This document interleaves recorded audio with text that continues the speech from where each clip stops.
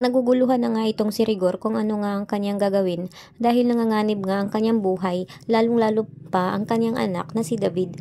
Kaya naman naisipan nga niya na maghanap umano ng kakampi at dito ay makahahanap nga siya ng kakampi para sa kanya. Subalit nga ay nahihirapan pa rin itong si Rigor dahil nga sa lakas rin nitong ni Ramon ay hindi pa rin niya kakayanin ang pwersa nito, lalong-lalo pa na nandoon rin si Tanggol.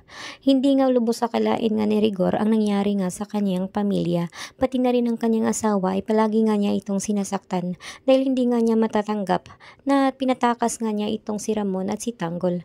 Kaya naman nang dahil dito ay agad ngang sinunggaban ni Rigor ito ngang si Marites. Subalit ay agad namang rumisponde itong si Tinding at sinaktan niya itong si Rigor at malaking kaguluhan na naman ang nangyari dito nga sa pamilya ni na Rigor dahil nga sa pag-uwi ni Marites. Alam na alam nga ni Rigor ang nagpiyansa nga kay Marites ay itong si Ramon. Kaya naman ay sinabihan nga niya si Marites na lumayas na sa kanila at isama na nga rin itong si Tinding. Hindi na nga ito matatanggap nga ni Rigor ang kanyang sariling asawa dahil raw sa katarantaduhang ginawa nito at bakit kumampi raw ito dito sa kanyang kabit na si Ramon.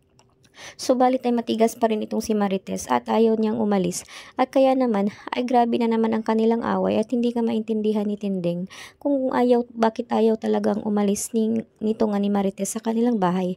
Dapat nga raw sana ay umalis na siya para wala na umanong gulo.